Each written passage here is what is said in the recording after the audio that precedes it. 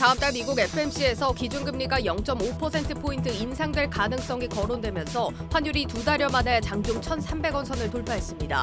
킹달러가 다시 복귀하면서 주요 통화도 일제히 약세를 보였습니다. 대한항공이 전체 좌석에서 마일리지로 구매할 수 있는 좌석의 비중을 확대하는 방안을 검토합니다. 오는 4월 마일리지 공제율 조정을 놓고 소비자들의 반발이 커진 데 따른 조치로 보입니다. 블록체인을 활용해 새로운 투자 대상을 제공하는 토큰 증권에 대한 기대감이 커지고 있습니다. 하지만 부동산 투자의 경우 엉터리 정보 제공이 적지 않아 철저한 투자자 보호 대책이 필요하다는 지적입니다. 이른바 반값 아파트로 불리는 토지 임대부 주택이 11년 만에 부활해 이달 말 시장에 나옵니다. 분양가 적정성과 투자 가치를 놓고 시장의 의견이 갈리고 있습니다.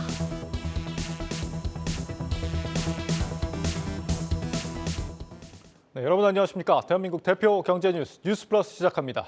증시가 방향을 못 잡고 갈팡질팡 흔들리고 있습니다. 오늘은 다시 통화 긴축에 대한 공포가 경기 연착륙에 대한 기대감을 앞질렀습니다. 먼저 오늘의 증시 상황 박찬희 기자와 진단합니다. 박 기자. 네, 앵커께서는 혹시 영화 300을 보신 적이 있으십니까? 그럼요. 명영화잖아요. 맞습니다. 이 300명의 스파르타 전사가 100만 대군, 페르시아의 100만 대군을 상대로 혈투를 벌이는 그런 영화인데요. 네. 이 우리 증시에도 이 숫자 300에 버금가는 위압감을 주는 숫자가 있습니다. 네. 바로 1300입니다. 1300이요. 예, 이 금리 정전론에 힘입어서 좀 안정되는 듯했던 원달러 환율이 불과 2달 만에 이 1,300원을 재돌파했습니다. 장중 기준 원달러 환율이 1,300원을 넘었던 것은 지난해 12월 20일이 마지막이었습니다. 오늘 원달러 환율은 전일 대비 14.7원 올라서 1,299원에 맞췄는데요. 오후 12시 30분경 1,300원을 잠깐 넘었다가 내려온 뒤에 1시 30분경에 다시 1,303원까지 치솟았습니다. 원달러 환율이 1,300원을 넘으면서 외환당국은 일시적 쏠림 현상이다라고 이렇게 시장을 안심시켰는데요. 이런 외환당국의 발언에도 불구하고 상승세는 꺾일 기미를 보이지 않았습니다. 한편 오늘 국내 증시는 연준의 긴축 확대와 이에 따른 달러 강세로 일제히 하락했는데요. 코스피 코스닥 지수는 1% 내외로 하락했습니다. 증시 불확실성이 커지자 외국인과 기관은 양시장에서 6천억 원이 넘는 자금을 빼냈습니다. 업종별로는 최근 강세를 보였던 2차 전지, 반도체, 성장주 등 기술주를 중심으로 하락세를 보였습니다. 네. 빅스텝이라는 단어가 또 등장하게 될 줄은 몰랐습니다. 환율 1,300원 찍은 것도 그 때문이죠? 네, 맞습니다. 연준의 긴축 우려가 깊어졌기 때문인데요. 시장에서는 3월 FOMC에서 연준의 이 빅스텝 가능성에 조금씩 무게를 두고 있습니다. 물가 지표와 고용 지표가 예상과 반대로 나왔기 때문입니다. 전날 발표된 1월 생산자 물가 지수가 예상치를 상회한 가운데 주간 실업보험 청구 건수는 예상치를 하회하면서 고용 시장이 견조하다는 것을 보여줬습니다. 연준이 이번 지표 결과에 대해서 추가 긴축을 단행해도 괜찮겠다라고 해석할 수 있다는 겁니다. 금융업계에서는 지난 주만 해도 원달러 환율 상방을 1,400원까지 열어둬야 한다라는 입장이었지만 예상보다 상승폭이 크다면서 지금 속도라면 1,320원에서 1,330원까지 올라갈 가능성도 염두해야 한다라고 전망을 했습니다. 네. 이런 험난한 시장 흐름 속에서 오늘 주목해야 될 종목이 있다면서요. 어디입니까? 맞습니다. 이 장이 불안하면 고개를 들어서 은행주를 보라. 이번 주 내내 국내외 증시가 좀 널뛰기 장세를 보인 가운데 최근 주가가 부진했던 은행주가 반등에 성공했습니다. 예. 하나금융지주가 3%대 넘게 오른 가운데 우리금융지주, 신한지주, KB금융도 일제히 강세를 보였습니다. 네. 박 기자가 오늘 굉장히 의미심장한 말을 많이 하고 있습니다. 은행들 요즘에 진짜 거의 융단 폭격 수준으로 얻어맞고 있습니다. 맞습니다. 이런 상황에서 이게 어떻게 된 일입니까, 대체? 크게 두 가지 상승 이유가 있었습니다. 첫 번째는 하락장 속 피난처다라는 그런 인식이 있었기 때문인데요. 네. 최근 이 은행주들은 말씀해 주신 것처럼 윤석열 대통령의 압박 속에 최근 주가가 크게 내린 바 있습니다. 윤 대통령은 지난 13일 수석 비서관 회의에서 은행권을 향해서 돈잔치를 막아야 한다라고 강도 높게 비판한 바 있습니다. 이 소식에 전날까지 3거래일 동안 KB와 하나금융지주가 9% 넘게 급락을 했고 신한지주, 우리금융지주도 하락세가 좀 큰 폭을 보였습니다. 그러나 일각에서는 이러한 하락이 오히려 매수 기회다라는 분석이 나오면서 다시 매수세가 몰리면서 은행주가 탄력을 받았는데요. 단기 낙폭이 지나치다는 것과 은행주의 높은 배당 수익률은 여전히 투자처로서 매력이 높다라는 설명입니다. 증권가는 은행주의 기말 배당 수익률이 평균 7%에 달할 것으로 내다보고 있습니다. 특히 최근 주가가 급락했기 때문에 지금 시기에 투자하면 주가 상승에 따른 차익도 노릴 수 있다라고 말을 합니다. 그리고 두 번째는 연준의 긴축 공포가 높아지고 있다는 겁니다. 최근 발표된 1월 CPI와 PPI가 예상치를 상회하면서 3월 FOMC에서 연준의 빅스텝 가능성이 높아졌는데요. 이러한 금리 인상 전망이 은행주 호재로 작용한 것으로 풀이가 되고 있습니다. 알겠습니다. 다음은 어떤 소식이죠? 네. 키워드를 통해서 살펴보도록 하겠습니다. 네. 두 번째 키워드는 수출 금지 오히려 좋아 이렇게 뽑아봤습니다. 중국 당국이 히토류 정제 기술 등을 포함해서 히토류 관련주 수출 금지에 포함 결정을 하면서 국내 히토류 관련주들이 반사이 기대감에 일제히 급등했습니다. 전날 중국 상무부는 히토류 정제, 가공, 이용 기술을 수출 금지 목록에 포함시키겠다라고 밝혔습니다.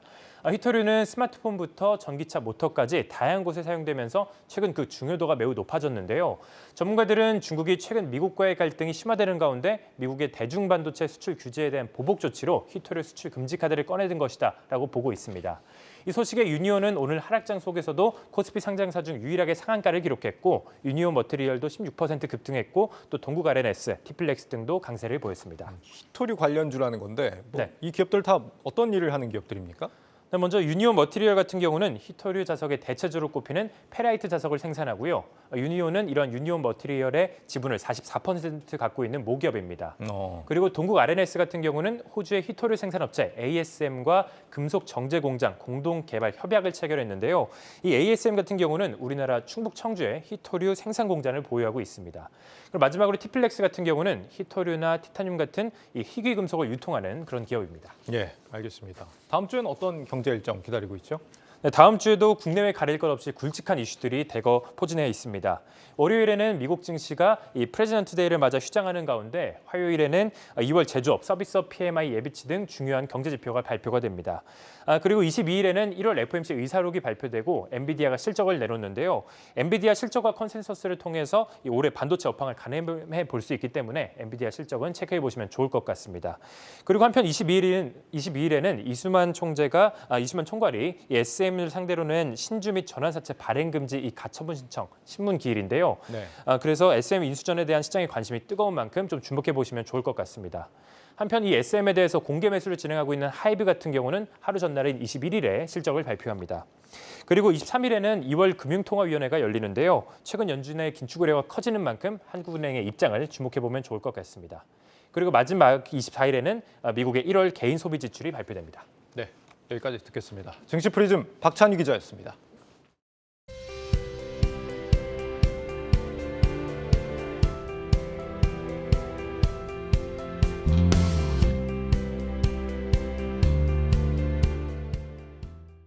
네, 시장 예측하기 정말 쉽지 않습니다. 간밤 뉴욕 증시는 이번에는 또 버티지 못하고 무너지는 모습이었는데 특히 연준의 빅스텝 우려가 제기되면서 장 막판의 하락세가 컸습니다. 조연 기자와 함께 짚어보겠습니다.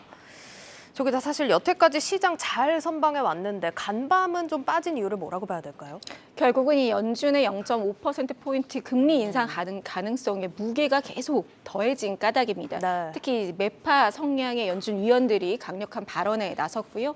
그리고 이제 강한 지표도 이어졌는데요. 1월 소비자 물가지수 CPI와 또 소매 판매에 이어서 또 하나의 물가지표 생산자 물가지수 PPI도 시장 예상치를 웃돌면서 어떻게든 시장이 좀 한 템포 쉬어가는 텀을 마련을 했습니다. 네. 먼저 PPI부터 볼까요? 전월 대비 0.7% 상승을 했고요. 전년 대비로 보면 6% 올랐습니다. 월가 전망치가 0.4%였으니까 그보다 높고요. 전월 대비로 보았을 때 지난해 6월 이후 최고 수준입니다. 그러니까 보시면 CPI와 함께 완연하게 파괴단 반등을 보여주면서 예. 인플레이션이 예상보다 길어질 수 있다 이런 분위기가 나오고 있고요. 예. 에너지 물가가 1월에만 5% 넘게 뛰었습니다. 그리고 근원 PPI 에너지와 식료품 무역 서비스 이렇게 세 개를 뺐는데 0.6% 올랐고요. 상품은 1.2%, 서비스는 0.4% 상승세 보였습니다. 이에 대해서 이제 모간 스탠리의 마이크 로웬가르트는 여름 이후 가장 높은 PPI를 보니까 이 비둘기 연준에 대한 희망이 좀 옅어져 간다라고 하면서 인플레는 여전히 끈적끈적한 모습이고 인플레와의 싸움이 끝나지 않았음을 보여주고 있다 이렇게 말을 했습니다. 예, 지금 이 파월 의장이 얘기했던 끈적끈적한 스티키 인플레이션이라는 단어가 요즘 좀 자주 보이는 것 같습니다. 유의 깊게 볼 필요가 있겠고요. 연준 위원들 발언도 한번 짚어보겠습니다. 앞서 좀 얘기를 해주셨지만 네. 대표적인 매파 위원들 발언들이 좀 나왔죠? 그렇습니다. 제임스 블러드 세인트 루이스 연은 총재가 다시 부상 예상을 했습니다. 네. 아시다시피 블러드 총재 올해부터 투표권이 없지 않습니까? 그쵸. 그런데 금리 인상폭 관련해서 기자들이 질문을 했어요. 그랬더니 내가 투표했다면 50bp 인상을 지지했을 것 이렇게 말을 한 겁니다. 아. 그러니까 2월 FOMC에서 연준이 만장일치로 내린 25bp 인상 결정을 지지하지 않는다 이렇게 나타낸 거죠. 또 이어서 블러드 총재는 가능한 한 빨리 움직여서 금리 수준을 5.25에서 5.5%이 수준까지는 올려야 한다 이렇게 거듭 강조했고요. 지금 미국 기준금리가 그 수준이 되려면 75bp 더 올려야 합니다. 예. 그리고 이날 또 이제 클리블랜드 연은 총재 로레타 메스터의 연설도 있었는데요. 메스터 총재는 연준 금리를 5% 이상으로 올리고 또 이를 한동안 유지해야 한다는 나의 생각은 변한 적이 없다. 지난 FOMC에서 50bp 올렸으면 기준금리 범위가 5%를 넘겼을 것 이렇게 말을 했습니다. 그리고 지금 나오는 경제 지표들도 50bp 인상을 설득할 수 있는 뒷받침하는 사례다 이렇게 설명을 한 것이죠. 물론 메스터 총재도 올해 투표권이 없습니다. 하지만 이제 3월 FOMC에서 50bp 인상이 필요하다고 두 위원이 한 목소리로 강조하면서 투심을 위축시켰고요. 지난 12월 연준의 금리 점도표를 보면 최종 금리가 5에서 5.25%로 제시된 바 있는데 3월 점도표에서 더 높아질지 관건입니다. 예, 앞서 월가에서도 사실 피벗 기대는 접었었고 또 연준이 예고했던 것보다 높은 금리 인상에 나설 거다 이런 전망이 나오고 있던 만큼 50bp 인상에 대한 발언이 좀 여파가 컸던 것 같습니다. 여기에 요즘 경제학자들 의견 나오는 걸 들어보면 네. 연준의 인플레이션 목표치 그러니까 2% 목표치가 문제다 이렇게 발언을 하던데 이건 어떤 얘기일까요? 그렇습니다. 케네스 로그프 하버드대 교수와 또 모하메드 엘 에리언 이렇게 채권 시장의 거물로 뽑히는데요. 전 핑코 CEO가 한 목소리로 연준을 지적을 했습니다.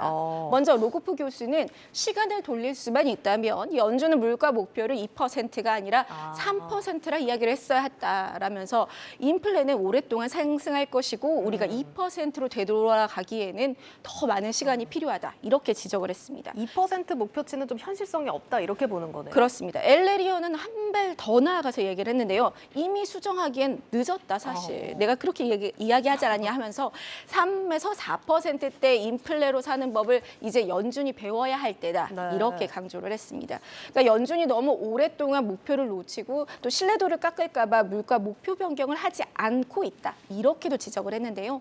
두 사람은 모두 한동안 길게는 한 10년 정도 이 실질 금리는 고금리를 떨어지지 않고 높은 수준을 이어갈 수밖에 없다. 이렇게 말을 했고요. 그렇다면 이제 주식 같은 위험 자산 투자가 큰 수익을 내지 못할 것이라는 의미가 그 안에 좀 담겨 있겠죠. 그래서 여기에 또 백악관 경제자문위원장을 지낸 제이 스퍼먼 하버드대 교수 역시 경제에 녹아든 근본적 인플레이션이 3%가 넘고 낮아질 기미가 없다. 이렇게 얘기를 하면서 인플레이션에 대한 시각을 바꿔야 할 때다. 이렇게 말을 했습니다. 네, 뭐 요즘 현실을 고려하면 또 아주 틀린 말은 아닌 것 같습니다. 이런 이유 때문일까요? 최근에 월가 큰손들이 미국 국채로 또 움직이는 모습이 포착이 된다고요? 그렇습니다. 지금 보시는 이 그래프가 6개월물 미 국채 수익률입니다. 5.035% 기록했죠. 예. 이게 6개월 국채 수익률이 5%를 넘긴 게요. 2007년 7월 이후 16년 만입니다. 그리고 1년물 미 국채 수익률 역시 이날 개장과 함께 5%를 웃돌았고요. 장당기 국채 수익률 역전폭도 확대되는 추세입니다. 월가에서도 이제 주식보다 채권을 투자하라, 사라 이런 조언들이 나오고 있는데요. 예. 모간 스탠리의 자산관리 최고 투자 책임자 리사 샬럿은 연초에 주식 랠리는 사실 오래가지 못할 것이다. 상당 부분 과대평가되어 있다. 이렇게 이야기를 하면서요. 중단기 미국채 그리고 지방채권, 회사채 그리고 평균 이상의 배당을 줄 수 있는 주식을 투자하기를 추천한다. 이렇게 이야기를 했습니다. 그리고 골드만삭스의 자산운용팀 역시 최고의 채권 투자 기회가 10년 만에 왔다. 그러면서 특히 단기 채권을 주목하라고 했습니다.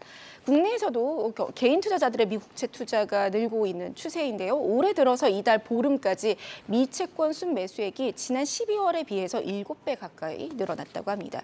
그러니까 3월 FOMC를 지나서 2분기에 들어갈수록 주식과 채권 시장의 향방이 정해질 것이라고 월가가 보고 있는데요. 이에 따라서 미채권에 대한 수요도 지속적으로 증가할 것으로 보입니다. 네, 뉴욕 증시 상황 체크해봤습니다. 고웨스트 조연 기자였습니다.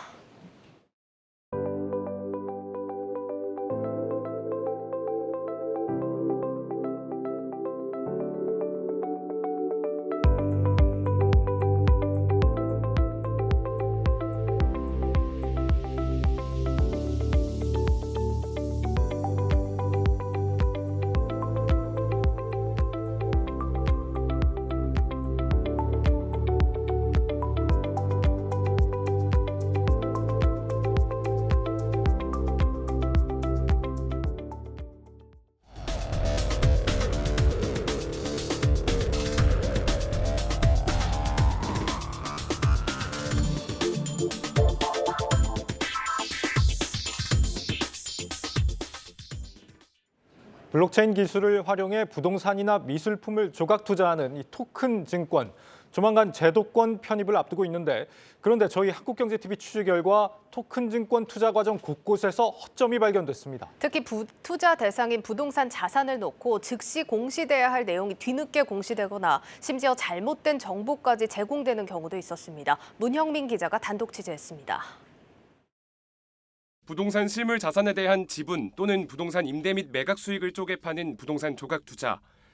이르면 내년부터 부동산 조각 투자 등을 토큰화한 토큰 증권 발행이 전면 허용될 예정입니다. 시장의 기대감이 커지는 가운데 관련 업체들을 살펴보니 문제점이 여럿 발견됐습니다. 특히 상품 가격과 임대 수익에 영향을 주는 정보들이 제때 공시되지 않는 허점이 드러났습니다. 주식시장처럼 투자 상품 공시에 대한 상세한 규정이 없다 보니 일명 사각지대가 존재하는 겁니다. 취재 결과 업체 A가 지난 2021년 판매를 시작한 서초 모 빌딩에서 지연 공시가 확인됐습니다. 해당 건물은 지난해 8월 폭우로 침수되면서 전기와 수도, 엘리베이터 사용이 10일가량 멈췄습니다. 임차인의 영업 피해가 생겼고 이에 임대인은 임대료를 일부 삭감해주는 내용에 합의했습니다.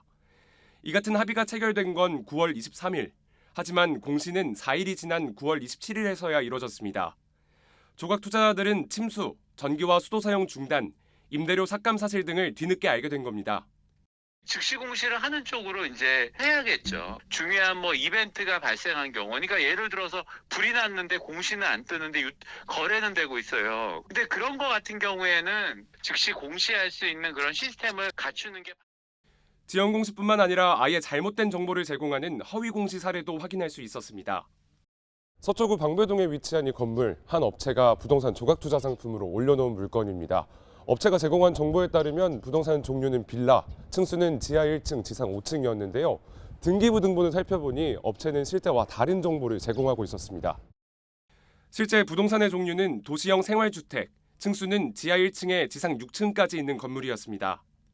가장 기본적인 것들이 부족한 상황인 겁니다. 그럼 불안전 판매가 될 수 있어요. 소비자들이 알아야 할 정보를 알려주지 않은 거거든요. 분명히 감독원이나 규제기관의 감사 내지 규제가 필요하다라고 생각을. 토큰 증권 도입을 앞두고 법 개정뿐만 아니라 투자자 보호를 위한 안전장치도 반드시 마련돼야 한다는 목소리가 높아지고 있습니다. 한국경제TV 문형민입니다. 사안을 단독 취재한 증권부 문형민 기자 나와 있습니다.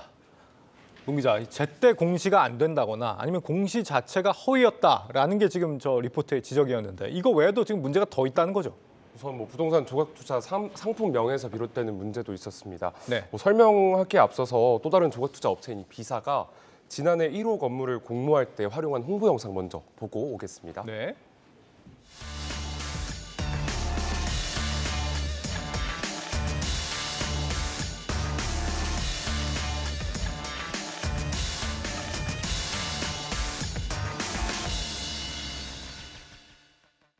네, 앵커는 이 영상을 보고 혹시 네. 어떤 거를 판매하고 있는 것 같나요? 1호 건물 공개, 롯데월드타워. 롯데월드타워 아닙니까? 예. 저도 처음에는 롯데월드타워 전체 이 빌딩에 대한 수익권이나 아니면 지분을 쪼개서 파는 건 줄 알았습니다. 네. 근데 실제로는 롯데월드타워 시그니엘 한 호실에 대한 조각 투자 상품이었습니다. 그래요? 네, 그렇습니다. 저도 주변 지인들한테 좀 반응을 물었더니 한 호실일 줄은 전혀 몰랐다 이런 반응이 대부분이었고요. 롯데월드타워 소유권자인 롯데물산은 이 영상이 공개됐고 B사에 항의를 한 것으로 확인이 됐는데요. 이와 관련해서 롯데물산 관계자 이야기 듣고 오겠습니다. 시그니엘 레지던스의 한 개 호실에 대한 조각 투자였는데 처음에 이제 과장 광고를 통해서 자기네들 홍보를 좀 이렇게 했었어요. 마치 시그니엘 레지던스 전체를 하는 것처럼 이렇게 보여서 그거에 대한 좀 정정, 좀 수정 이런 요청을 하는 공문을 보냈고. 네, 이후 B사는 해당 상품의 상품명을 롯데월드타워 시그니엘 1호로 바로 수정한 뒤 청약을 진행했습니다. 그러니까 확실히 투자자들한테 혼동을 줄 수 있는 사안인데 문제는 이런 경우가 한두 군데가 아니라는 거죠? 맞습니다. 아직도 대다수의 업체들이 투자자들에게 혼란을 줄 수 있는 상품명을 사용하고 있었습니다. 이 앞서 설명한 B사의 두 번째 공모 상품명은 해운대 LCT였는데요. 이 또한 한 호실이었습니다. 전체 건물이 아니었던 거죠. 이 애플리케이션을 통해 보면 이게 한 호실만을 쪼개서 파는 건지 아니면 빌딩 전체를 파는 건지 구분하기가 쉽지 않습니다. 지금 이 화면에 나가고 있는데요. 뭐 이게 전체 건물을 마치 파는 것처럼 현재 보일 수가 있고요. 예. 리포트에서 언급한 A사의 경우도 마찬가지입니다. 이 서초 모 빌딩이나 여의도 모타워 어떤 타워 등의 상품을 판매하고 있고 현재 거래가 되고 있습니다. 이 서초 어떤 빌딩은 해당 건물의 한 층을 조각 투자하는 거였고요. 여의도 모타워의 경우에는 한 호실만 투자 대상이었습니다. 물론 홈페이지나 애플리케이션에서 해당 투자 상품을 클릭하면 투자 대상이 정확하게 무엇인지를 확인할 수 있고요.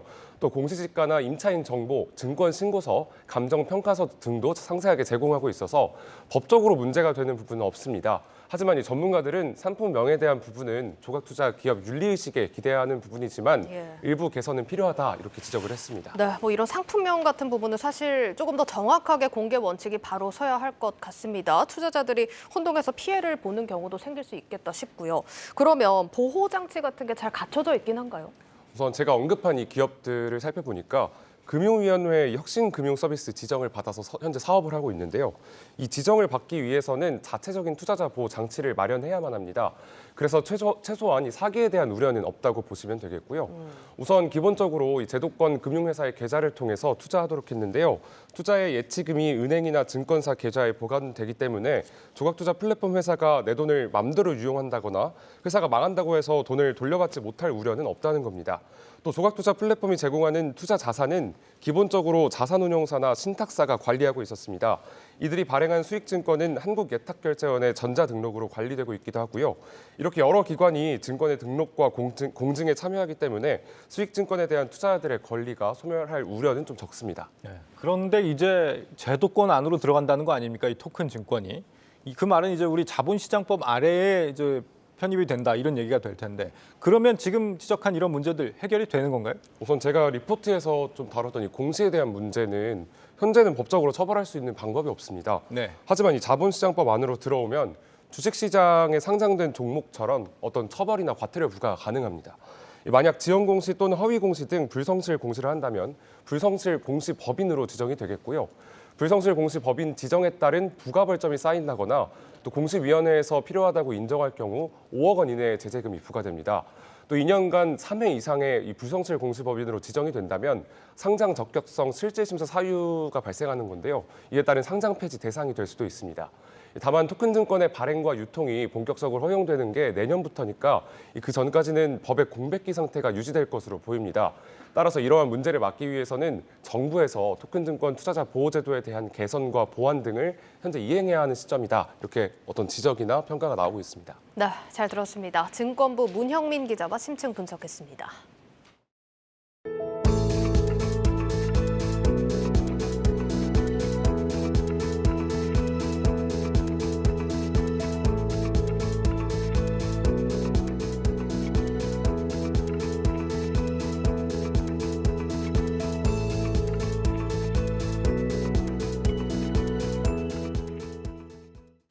대한항공이 오는 4월부터 마일리지 제도를 개편하기로 하면서 소비자들이 거세게 반발하고 있습니다. 원희룡 국토부 장관까지 나서서 고객은 뒷전이라며 강하게 비판했는데 소비자들이 항공사 마일리지에 민감한 이유, 전유성 기자가 알아봤습니다. 대한항공은 4월부터 장거리 항공권일수록 마일리지를 더 쓰고 가까운 거리는 덜 쓰는 방식으로 마일리지 정책을 바꾸기로 했습니다. 하지만 소비자들은 저가 항공사가 취향하지 못해 가격이 비싼 장거리 노선에서 마일리지를 더 사용하게 하는 건 계약이라고 반발합니다. 장거리 손님들한테는 턴오프되는 좀 안 좋은 그런 거겠네요. 선택할 때 더 이제 포인트 적립해가지고 할 그거가 더 많이 쌓아야지 되니까. 소비자 적립 프로그램은 1981년 미국 항공업계에서 마일리지라는 형태로 처음 도입됐습니다. 항공사 충성 고객을 확보하자는 취지였는데 이것이 성공을 거두자 요즘은 리워드, 포인트 등의 모습으로 여러 분야에서 활용되고 있습니다. 하지만 수많은 소비자 적립 프로그램 가운데 항공사 마일리지 정책 변화는 특히 민감한 이슈입니다. 전문가들은 가장 익숙한 형태의 적립 방식, 높은 자산 가치 등이 배경이라고 설명합니다. 항공권의 경우 편도 10에서 12회를 이용하면 쌓인 마일리지로 편도 1회 항공권을 구매할 수 있습니다. 적립률로 따지면 8에서 10% 수준. 유통업체의 포인트 적립률이 0.1에서 2% 내외인 걸 감안하면 적립률 자체가 크게 높습니다. 이용 빈도가 드물어 마일리지를 쌓는 기회는 적지만 결과적으로 마일리지를 모아 받을 수 있는 보상 단위는 크다 보니 더 높은 가치를 부여한다는 겁니다. 여행을 공짜로 가는 것에 대한 기쁨? 이런 게 좀 크잖아요. 국적기의 경우는 마일리지 때문에 비행기 값이 더 비싼데도 국적기를 꼭 타요. 마일리지 누적하려고 기대를 오랜 기간 하고 있었는데 해외여행에 대한 기대감 등 정서적인 부분도 항공사 마일리지에 더 높은 가치를 부여하는 요인이라는 분석도 있습니다. 센티먼트도 작용한 것 같아요. 왜냐하면 지금 해외를 가고 싶은 욕망이 잔뜩 있는데 편익을 이렇게 줄이니까 기분 나쁘지. 한 마일을 굉장히 아깝게 생각하는 그런 게 이제 있는데. 대한항공 마일리지가 경쟁사보다 상대적으로 쌓기 어렵다는 점도 불만으로 이어졌다는 진단도 있습니다. 아시아나항공은 30여 곳의 온오프라인 쇼핑몰과 적립제휴가 돼 있는 반면 대한항공은 쇼핑을 통한 적립처가 매우 적은 편입니다. 신용카드 사용을 통한 마일리지 적립률 역시 아시아나항공이 더 후한 편입니다. 내가 쓰고 싶기 위해서도 그 항공사를 일부러 여러 번 중복적으로 이용한다던가 적립되는 카드를 사용해서 열심히 돈 썼는데 내가 쓰고 싶을 때 쓰지 못하는 것도 잘 억울한데 그 혜택마저도 조정하겠다고 하니. 현재 대한항공은 국토교통부와 마일리지로 구매할 수 있는 좌석을 기존 5%에서 더 늘리는 방안을 논의 중인 것으로 알려졌습니다. 하지만 마일리지 개편안의 큰 틀은 유지하겠다는 입장이어서 소비자와의 갈등은 당분간 이어질 예정입니다. 한국경제TV 전유성입니다. SK텔레콤의 인공지능 기술이 실생활에 빠르게 적용되고 있습니다. 통신은 물론 CCTV와 미디어 콘텐츠, 물류 산업까지 AI 기술이 활용되기 시작했는데 챗GPT처럼 챗봇 기능이 탑재된 서비스도 올해 안에 상용화됩니다. 정재홍 기자가 보도합니다. 사람이 갑자기 쓰러지자 카메라가 특이사항을 감지합니다. 곧바로 위기 상황임을 인식하고 응급 신호를 보냅니다. SK텔레콤의 인공지능 기술 비전 AI가 적용된 보안 CCTV입니다. 관제센터에서 사람이 일일이 식별해야 했던 일을 인공지능이 판별해 시간 낭비를 줄입니다. SK텔레콤은 관계사 SK쉴더스를 통해 해당 기술을 상용화해 벌써 전국에 수십만 대의 인공지능 보안 카메라를 공급했습니다. 이에 지난해 SK쉴더스 3분기 매출이 직전의 같은 기간보다 14% 늘어나는 등 신기술 효과를 보고 있습니다.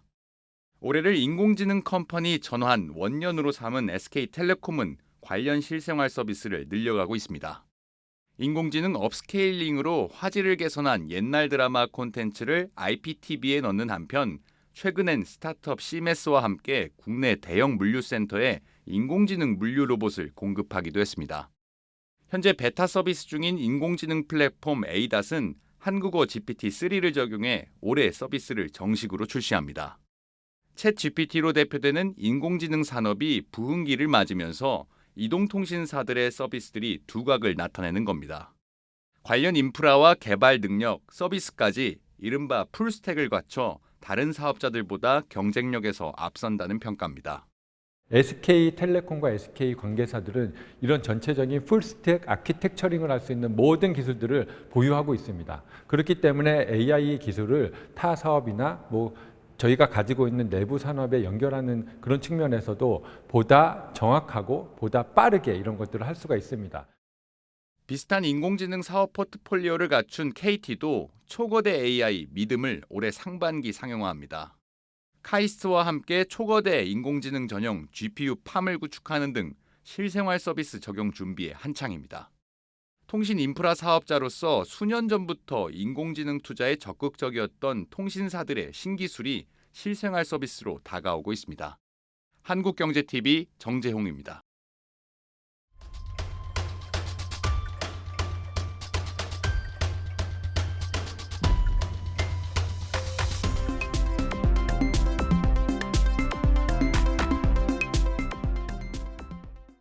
네, 챗 GPT가 출시된 이후에 빅테크들의 AI 전쟁도 시작이 됐죠. 오늘은 챗 GPT 실질적인 수혜 분야와 업종에 대해서 자세한 얘기 들어보겠습니다. 양재준 기자 나와 있습니다.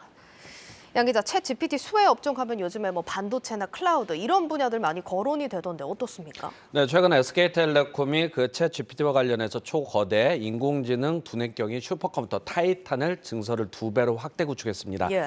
SK텔레콤은 이번에 미국 반도체 업체인 엔비디아의 A100 그래픽 처리 장치로 1,040개로 증설을 하면서 타이탄의 연산 처리 속도를 한층 끌어올렸다고 설명했습니다. GPU는 그래픽 기능을 빼고 그래픽 카드에서 그래픽 기능을 빼고 연산, 그러니까 더하기 빼기 이런 연산 기능을 활용해서 메모리 반도체와 데이터를 주고받으면서 데이터 저장 처리를 하고 있습니다. 엔비디아도 지난해 그 대만 TSMC의 신형 GPU 생산을 위한 그 위탁 의뢰를 했는데 엔비디아의 물량이 전량 챗 GPT 개발 운영사인 오픈 AI로 납품된 것으로 알려졌습니다. 결국 그 챗 GPT가 그 인공지능용 고성능 메모리 반도체 수요를 이끌면서 구글과 마이크로소프트 등 그 빅테크는 물론 그 삼성전자와 SK하이닉스 등 반도체 생산업체까지 영향을 미치고 있는 것입니다. 또 클라우드 업계도 수혜가 예상됩니다. 챗 GPT 자체가 워낙 대용량의 하드웨어를 사용하는데 그 챗 GPT 개발 업체들이 장비를 계속 무한정으로 늘릴 수 없는 것은 한계가 있습니다. 무한정으로 늘리는 것은 한계가 있습니다. 따라서 그 데이터 처리, 전산, 분산 등을 유동적으로 확장하고 또 줄일 수 있는 그 유연하게 대체할 수 있는 솔루션으로 클라우드가 사실상은 실질적인 수혜를 입을 전망입니다. 챗 GPT와 같이 거대한 AI 기반의 모델들이 등장하고 데이터 전송량이 급증하면서 IDC, 즉 데이터 센터가 핵심 요소로 자리 잡고 있는데요. 그 클라우드 컴퓨팅 분야의 세계 1위인 아마존 웹 서비스는 그 전용 AI 반도체하고 그 인프렌시아를 개발해서 GPU 시스템의 최대 70% 비용의 영상 인식 서비스를 8배 높인 바 있습니다. 지금 뭐 이렇게 말씀해 주신 글로벌 기업들뿐만 아니라 최근에 네이버랑 카카오도 실적 발표해서 대화형 챗봇 개발에 뛰어든다. 이렇게 좀 선언을 했잖아요. 네. 기대를 하셔야겠죠. 예. 글로벌 시장에서 가장 핫 이슈는 대화형 그 GPT를 놓고 네이버와 카카오가 투자를 선언했습니다. 네이버는 지난 3일 연간 실적 발표 컨퍼런스 콜에서 올 상반기 중 서치 GPT를 출시하겠다고 선언했습니다. 카카오 역시 지난 10일 경영 실적 컨퍼런스를 통해서 올해 그 한국어 특화 인공지능 모델 KO GPT를 활용해서 버티컬 AI 서비스에 집중하고자 한다라고 밝혔습니다. 이 버티컬이라는 게 유사 제품이나 서비스를 유사한 방식으로 사용해 개발하고 마케팅하는 기업과 산업을 말합니다. 대형 GPT 개발과 관련해 벤처 캐피탈 인공지능 관련 업체 그리고 클라우드 업체, 반도체 팹리스를 취재한 결과 국내에서 GPT 시장에 뛰어들 수 있는 곳은 네이버와 카카오뿐이라는 답변을 얻었습니다. 미국의 마이크로소프트는 지난 2019년 그 GPT를 개발한 오픈 AI에 투자해왔고 GPT-4까지 플랫폼 고도화를 위해서 100억 달러를 추가 투자하는 협상을 진행하고 있습니다. 막대한 자금이 들어가기 때문에 국내에서도 반도체와 클라우드, 인터넷 포털과 통신사들의 전략적인 제휴, 합종 연행이 본격화될 것이라는 관측이 많습니다. 예, 뭐 국내외 기업 할 것 없이 개발에 뛰어드는 모습이고 어떻게 연동이 될지도 상당히 궁금한 부분인데 실제 관련 업계에서는 어느 분야를 가장 주목하고 있을까요? 네, 최근 클라우드 업계는 신용카드사, 우리나라 국내 신용카드사들이 챗봇 관련 분야에 투자를 시작했다는 얘기들이 좀 많이 나오고 있습니다. 벤처 캐피탈 업계는 그 금융, 특히 파이낸스 프로그램이 많이 나올 것으로 예상하고 있고 뭐 건강 상식, 헬스, 그리고 교육과 언어, 좀 언어는 뭐 나라별로 다 똑같기 때문에 다르고 비슷하죠. 그렇기 때문에 사실 튜닝한 버티컬 서비스가 나올 것으로 예상하고 있습니다. 그 데이터 AI 보안과 관련해서 수요도 커질 것으로 예상되고 이스라엘 DID 업체와 같은 딥페이크를 제공하는 메타휴먼도 주목받을 것으로 보입니다. 지금 GPT가 채팅을 통해서 이어지지만 향후에는 이런 사이버 보그처럼 이런 휴먼을 통해 가지고 뭐 이렇게 안내해주는 이런 것들도 나올 것으로 예상들을 하고 있습니다. 새로운 서비스가 나왔었을 때 지난해 같은 경우는 다만 이제 국내에서도 불거졌습니다만은 이루다 사태와 같이 2%에서 3% 오류가 성패를 좌우할 수 있기 때문에 계속적인 딥러닝, 딥파인딩 훈련은 계속 이어질 것으로 보고 있습니다. 알겠습니다. 지금 뭐 이렇게 비전이 제시되는 것들은 좋지만 실제 현장에서의 반응이나 의견들도 궁금하거든요. 실제 인공 관련 벤처 기업들이 GPT가 거대한 신경망처럼 연결돼 있기 때문에 빅테크가 아니면 접근하기 어렵다라는 것입니다. 예. 국내에서 지금 출시된 챗봇 솔루션들을 대부분 살펴보면 질문을 분석해서 종합적인 의견을 제시하는 게 아니라 어느 정도 항목을 정해놓은 유형의 단답형 챗봇 시스템입니다. 예. 예를 들어 신용카드사들이 소비자가 카드 명세서의 청구 기간은 언제인가요? 질문을 하면 언제부터 언제입니다. 더 이상 추가적인 답변이 없는 거죠. 그 정도의 단답이라는 거죠. 예, 그리고 뭐 추가적으로 질문해도 거의 단답형으로 그 팩트에 대해서만 이렇게 예. 전달을 하고 얘기를 해주는데, 즉 프롬프트 질문을 어떻게 하느냐에 따라서 답변이 달라질 수 있기 때문에 대화형 GPT를 직접 개발하기보다는 이를 활용하거나 응용하는 서비스가 주안점을 둘 것으로 보입니다. 챗봇 개발 업체는 그 네이버 클로버와 카카오 브레인에서 개발한 API, 좀 용어가 어려운데 예. 운용 체계와 응용 프로그램 사이에 통신해서 사용되는 그 메시지나 언어 형식인데, 이거를 활용해서 새로운 어떤 특화 서비스, 아까 말씀드린 대로 건강, 금융, 언어 이쪽에서 예. 좀 나올 것 같습니다. 알겠습니다. 여기까지 듣도록 하겠습니다. IPO 프리보드 양재준 기자였습니다.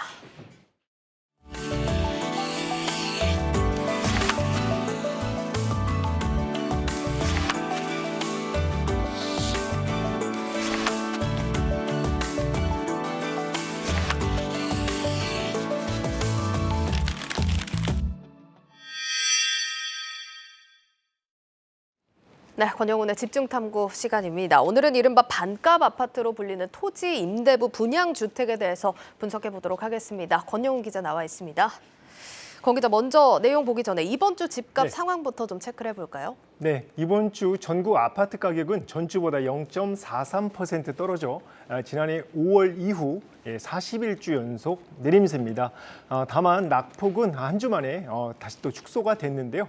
지역별로 그 세종이 가장 많이 떨어졌고 경기와 대구, 부산 순으로 내렸습니다. 자, 서울 아파트값 보겠습니다. 이번 주 서울 아파트 가격은 전주보다 0.28% 떨어져 38주 연속 내림세입니다. 전국과 마찬가지로 한 주 만에 낙폭을 다시 줄였는데요. 금천구가 가장 많이 떨어졌습니다. 그리고 강서구와 관악구, 도봉구 순으로 내렸습니다. 시중금리 인하 그리고 대출 규제 완화 조치로 거래량이 소폭 늘어났는데요. 그렇지만 급매물 위주로 저가 거래만 이루어지고 있어서 하락세가 이어지고 있다고 한국부동산원은 분석했습니다. 이와 함께 부동산원은 월간 주택가격 동향 조사 결과를 발표했습니다. 1월 전국 주택종합 매매 가격은 1.49% 떨어져 이렇게 쭉 하락세가 이어지고 있습니다. 다만 지난해 6월 이후 줄곧 낙폭을 키웠다가 7개월 만에 낙폭이 다시 좀 줄어들었습니다.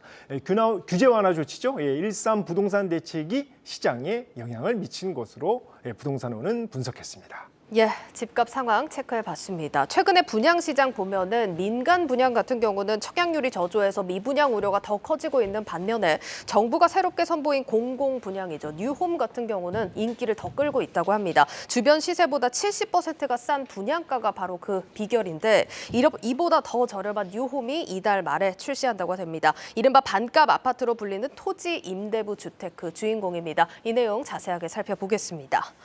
권 기자, 이 토지 임대부가 11년 만에 분양시장에 등장하는 거라고요? 네, 맞습니다. 그 토지 임대부 분양주택은 쉽게 설명드리겠습니다. 공공이 땅을 소유를 하고 건물만 분양을 하는 것을 말하는데요. 토지에 대한 소유권이 없어서 토지 임대료를 내야 하지만 그러니까 건물만 분양하기 때문에 분양가가 저렴하다는 게 가장 큰 특징입니다. 주변 시세보다 절반 이상 싸서 이른바 반값 아파트라고 불리고 있습니다. 앞서 2012년 보금자리 지구죠. 서울 강남권에서 그 주변 시세의 그 3분의 1 정도의 가격으로 분양을 했는데요.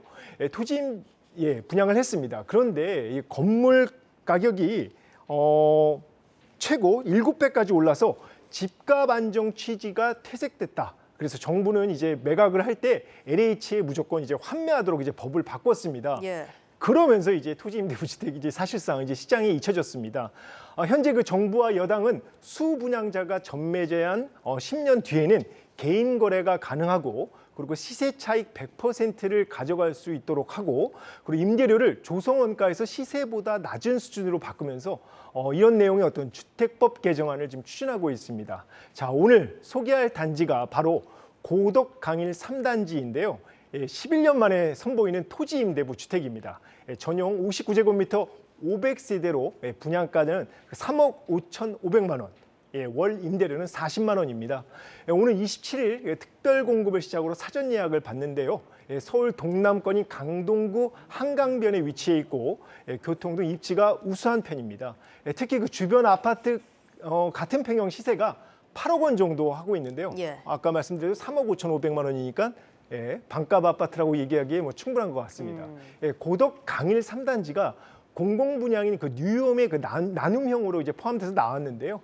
그러다 보니까 이제 분양가의 80%를 최대 5억 원, 최장 40년에 그 3% 이하의 그 저리로 빌릴 수가 있어서 초기 자금 부담이 낮습니다. 다만 그 앞서 말씀드린 대로 월 40만 원이죠. 매월 그 임대료 부담이 있고 현행법상 그 시세 차익은 일정 부분 그 LH에 귀속된다는 점은 유의할 필요가 있겠습니다. 자, 여기서 제가 이해가 안 되는 지점이 있습니다. 아직 그런 법이 개정이 안 됐는데 왜 이게 벌써 시장에 나왔을까요? 토지 임대부 주택은 윤석열 대통령, 오세훈 서울시장의 공약사항입니다. 때문에 관할 부처인 그 국토교통부나 그 서울시사나 SH공사가 공약 이행을 위해 그 분양을 서두른 게 아닌가 하는 또 의문점이 듭니다. 물론 이 정부와 여당이 그 법 개정을 추진하고 있어서 사실상 그 제도 개선은 분명히 이루어질 것 같습니다. 하지만 좀 그 윤석열 정부 1호 토지 임대부 그 주택의 분양 시점은 조금 아쉽습니다. 흥행을 할 수 있는 부분 때문에 그런데요.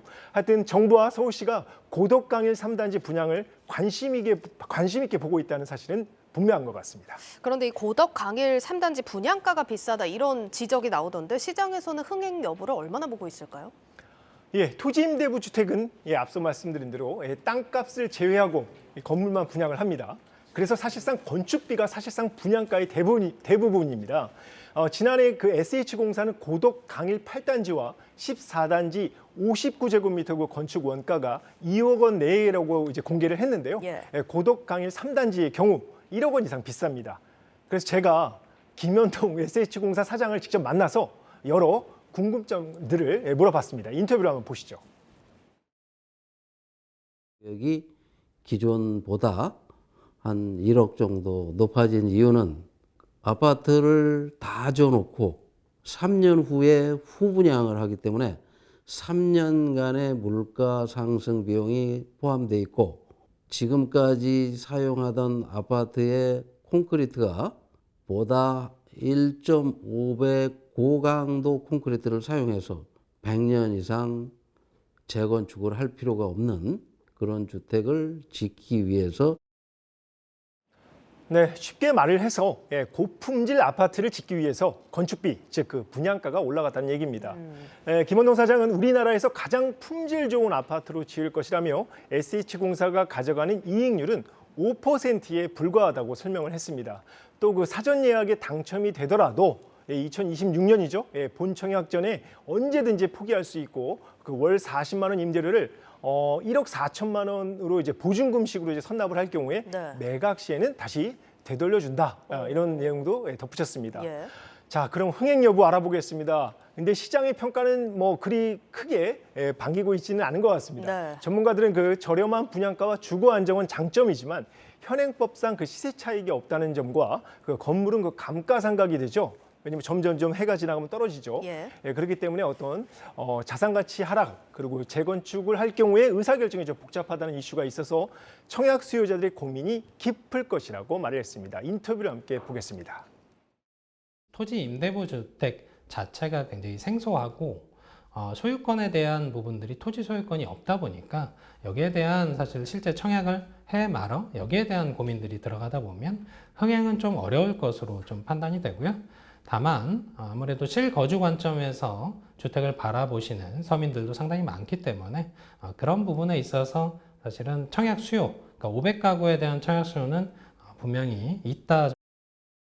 때문에 그 서울에서 전셋값 수준으로 자가를 보유하려는 실수요자 위주로 그 사전 예약에 나설 것으로 보입니다. 또 그 전체 물량의 80%인 400가구가 특별 공급 물량인 만큼 28일 마감 이후에 이번 토지 임대부 주택의 분양 성패가 판가름 날 전망입니다. 김원동 사장은 토지 임대부 주택 공급 계획도 밝혔는데요. 한번 인터뷰를 보겠습니다.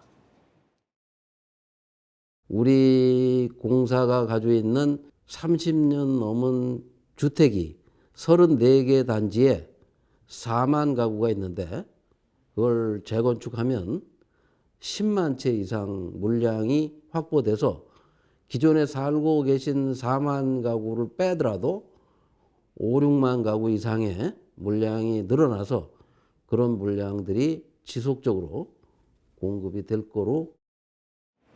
마포구 성산시용 재건축이 여기에 이제 대표적인 단지로 이제 포함이 됐습니다. 그리고 강남구 구룡마을, 서초구 성기마을 등 그 판자촌 재개발에서도 토지 임대부 주택을 공급하기로 했습니다. 여기까지 듣겠습니다. 집중탐구 권영훈 기자였습니다.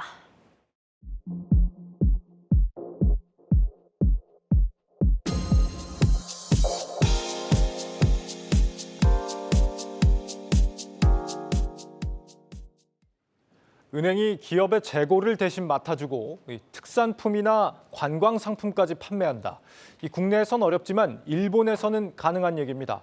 업종 간 경계가 갈수록 허물어지는 상황에서 우리도 은행과 산업자본의 결합을 제한하는 금산분리 규제를 완화해야 한다는 목소리가 나오고 있습니다. 박승환 기자입니다. 일본 3대 은행인 미쓰비시 은행은 일반 기업의 재고를 사고 파는 사업을 벌이고 있습니다. 지난해 7월 세운 비금융 자회사를 통해서인데 돈을 주고 원자재나 상품을 사들여 보관해뒀다가 기업이 필요할 때 되팔아 이익을 남기는 방식입니다. 이를 통해 미쓰비시는 새로운 수익원을 만들고 기업들의 공급망 관리에도 도움을 주고 있습니다. 기업 입장에선 재고 관리에 드는 비용을 아낄 수 있는 데다 오랜 기간 자금이 묶일 일이 없어 이득입니다. 홋카이도, 야마구치 은행 등은 야채나 술 등 특산품을 판매하는 사업에 뛰어들었고 시코쿠 은행은 전통음악과 음식을 활용한 관광 상품을 내놨습니다. 이러한 변화는 일본 금융당국이 2016년부터 2021년까지 관련 법률과 지침을 고쳐 은행에 대한 규제를 풀어주면서 시작됐습니다. 정보통신기술이 발달하면서 산업 간 경계가 흐려지는 가운데 은행권도 대응해야 한다는 취지였는데 이에 더해 지역경제를 활성화하고 지속가능한 사회를 만드는 데 기여하고자 진출 범위를 넓혀왔습니다. 그렇다면 우리나라 은행의 처지는 어떨까? 1995년부터 도입된 금산분리 제도로 금융업 이외 다른 산업으로의 진출이 제한돼 있습니다. 수익 다각화를 이루고 싶어도 금산분리에 가로막혀 이자 수익에 매달릴 수밖에 없는 겁니다. 전문가들은 은행 이용자들의 편의를 위해서도 금산분리 완화가 필요하다고 조언합니다. 예를 들어 자동차를 구매하기 위해서 탐색하고 구매하고 그리고 마지막에 AS까지 하는 이 전 과정을 지금 각각 나눠서 하고 있죠. 그리고 은행은 그중에 자동차를 살 때 필요한 대출만 해주는 그런 들이 전 과정에 조금 더 편하게 그런 활동들을 원하기 때문에 우리는 고객의 니즈에 따라서 은산분리를 통해서 비금융 사업도 수행하겠다는 거지. 금융위원회는 금산분리 개선이 필요하다고 보고 상반기 내 본격적인 제도 개선을 추진하겠다고 발표한 바 있습니다. 오는 23일부터 본격 가동되는 은행권 경영 개선 TF에서 관련 논의가 이뤄질 것으로 예상되는 가운데 장기간 이어져온 규제가 해소될 수 있을지 관심이 모아집니다. 한국경제TV 박송환입니다. 20년 가까이 즐겨온 테니스에서 사업 아이템을 발굴해 CES 혁신상까지 받은 CEO가 있습니다. 바로 AI 테니스 로봇을 개발한 큐링 이노스의 권예찬 대표입니다. 아직 제품 판매를 시작한 지 1년도 안 됐는데 벌써 미국 진출까지 준비하고 있습니다. 스타트업 나우 정호진 기자입니다. 인천의 한 무인 테니스 연습장. 코트 반대편에 놓인 볼머신이 공을 이곳저곳으로 발사합니다. 기계에 장착된 AI 알고리즘이 이용자의 패턴을 분석해 공의 발사 속도와 구질을 조절하고 사람처럼 좌우로 공을 뿌립니다. 제품을 개발한 큐링이노스의 권예찬 대표는 어린 시절 해외에서 테니스를 배워 군대에서도 테니스장 관리를 맡았던 이른바 테니스 덕후입니다. 권 대표는 테니스를 배우는 과정에서 비싼 레슨 비용과 파트너가 없으면 테니스를 즐기기 어렵다는 불편함에 주목해 창업을 결심했습니다. 또 일이 됐는데 이렇게 하다 보니까 오히려 더 재밌고 즐겁다는 생각을 많이 하게 됐고요. 제가 좋아하는 분야를 제가 원하는 대로, 제가 문제라고 생각했던 방향들을 제가 원하는 방향대로 해결할 수 있다 보니까 더 많이 흥미가 생기고 더 집중할 수 있게 되는 것 같습니다. 권 대표의 아이디어는 AI 기술을 통해 제품으로 만들어졌고 창업 3년여 만에 잠재력을 인정받았습니다. 여러 대회에서 기술력을 인정받은 AI 테니스 로봇이 CES 2023 박람회에서 피트니스와 스포츠 부문 혁신상을 수상한 겁니다. 정말 감사하게도 수상까지 같이 하게 되어서 3년 전에 꿨던 꿈을 이뤄서 정말 감회가 새롭고 정말 받자마자 되게 소리를 많이 질렀던 것 같습니다. 자다가 이제 이메일 딱 받았는데 수상도 했고 전시도 됐다는 말, 자다가 벌떡 일어나서 이제 소리를 질렀던 기억을 가지고 있어요. 지난해 하반기 첫 제품 판매를 시작하며 억대 매출을 올린 큐링 이노스는 올해 미국 시장 진출을 노리고 있습니다. 올해는 이제 한국 시장에는 AI 뿔머신 같이 출시하고 또한 10월 정도에는 미국에 진출해서 미국에서도 AI 테니스 뿔머신을 출시해서 글로벌하게 이제 초기 시장 진입을 하는 걸 목표하고 있고요. 올해 대학교 졸업을 앞두고 본격적으로 사업에 매진하겠다는 권예찬 대표. 도전하는 자의 가장 큰 적은 도전하지 않은 자의 조언이라는 소신처럼 계속 새로운 도전에 뛰어들겠다고 밝혔습니다. 한국경제TV 정우진입니다. 정부가 각국의 ESG 규제 강화 흐름에 대응하기 위한 정책협의체인 ESG 금융추진단을 조성합니다. 금융위원회는 오늘 자본시장연구원에서 정부와 기업, 학계 전문가로 구성된 ESG 금융추진단 회의를 처음 개최했습니다. 추진단은 2025년부터 적용하는 ESG 공시 단계적 의무화에 앞서 공시 의무 대상 기업, 공시 항목, 기준을 구체화하고 ESG 평가의 투명성과 신뢰성을 높이기 위한 방안도 마련하기로 했습니다.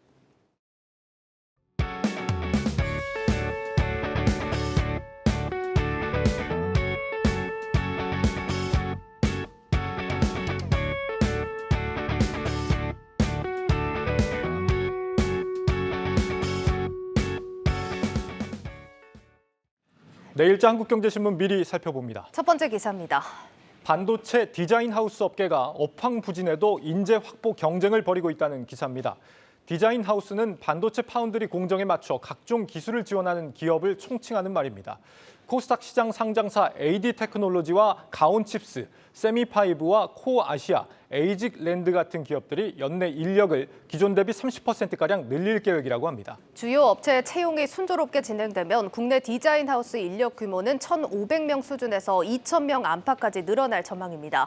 이런 채용 훈풍이 부는 이유는 미세 공정이 보편화할수록 팹리스와 파운드리를 연결하는 디자인 하우스의 역할이 커질 것으로 전망이 돼서입니다. 디자인 하우스는 과거 파운드리의 보조 역할로만 인식됐지만 최근 반도체 대기업뿐만 아니라 인공지능 스타트업들까지 초미세 공정 개발에 뛰어들면서 몸값이 높아지고 있다는 소식입니다. 다음으로 우리 경제 둔화가 시작됐다는 정부의 첫 공식 진단이 나왔다는 기사입니다. 기획재정부는 경제동향 그린북을 통해 경기 흐름이 둔화했다고 밝혔습니다. 고물가와 수출 부진이 이유입니다. 이 정부의 경기 둔화 진단은 2022년 코로나19 충격에서 벗어나 회복세로 접어든 이후 처음입니다. 정부 관계자는 작년부터 수출이 꺾인 데 이어서 최근 소비까지 주춤한 모습이라며 경기 흐름 둔화를 언급한 건 지난해 하반기부터 경고한 경기 둔화를 확인하는 차원이라고 설명했습니다. 정부의 상저하고 예상과 부합한다는 입장인데 하지만 미국의 긴축과 중국 리오프닝 효과 부진에 따라 침체의 골이 깊어지면서 상승폭이 축소될 가능성도 있다는 소식까지 전해드리겠습니다. 저는 오늘까지만 진행을 하고 다음 주부터는 김민수 기자가 새로운 앵커를 맡게 됩니다. 지난 2년간 함께해 주신 시청자 여러분 대단히 고맙습니다. 저는 1시간 빠른 오후 5시 경주마로 찾아뵙겠습니다. 경제는 뉴스도 역시 한국경제TV입니다.